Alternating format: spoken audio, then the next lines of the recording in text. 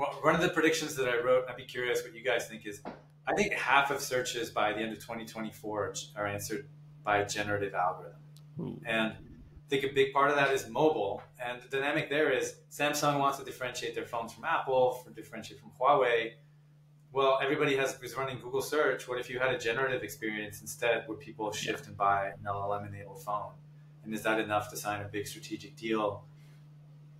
It might be. And then, Google, you're starting to see it actually on Google.com, and Bing is starting to do it. So I think there's a big shift in the consumer landscape, which could be really destabilizing to Google if they don't catch up. And they've done the Gemini stuff, and they're getting close to parity, but I think it's That's a really interesting prediction. Sam, what do you think about that prediction? I don't know.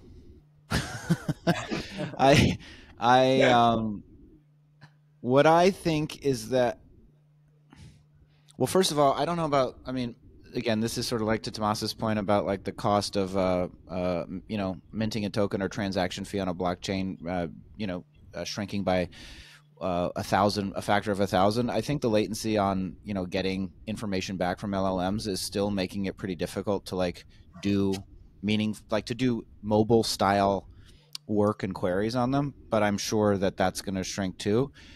I think, I guess generally I think we can call it search. I definitely think that there's some personal assistant style AI/LLM use case that the world needs to be trained on. I was on my WhatsApp group with some of my buddies.